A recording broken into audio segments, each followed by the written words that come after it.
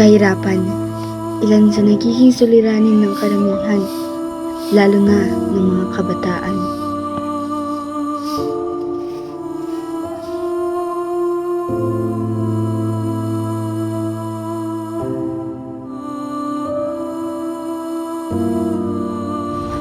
Mga kabataan na sa murang edad ay naharap na ang magulo at mapang-aping mundo.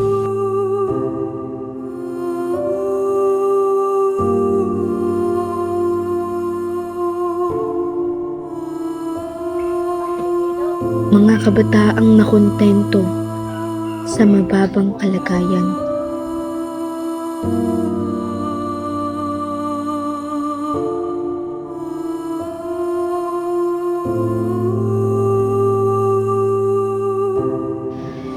Ni hindi naghangad ng mas mataas pa sa kanyang katayuan.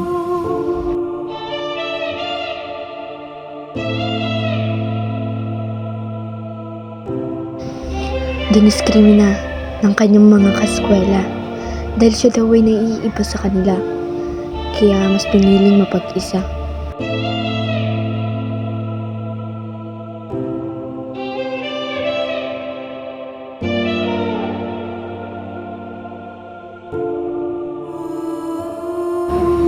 Naging ama't ina, natutong tumayo sa kanyang sariling paa.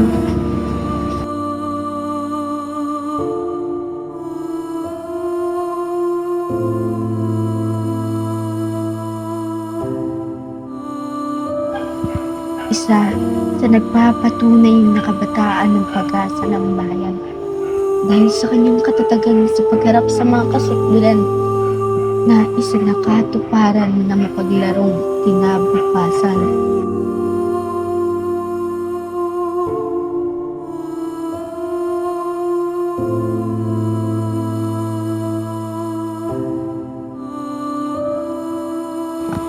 Ngunit sa kabila ng lahat, ang mga kabataan na laki sa hirap ay patuloy na aabutin ang kanilang mga pangarap.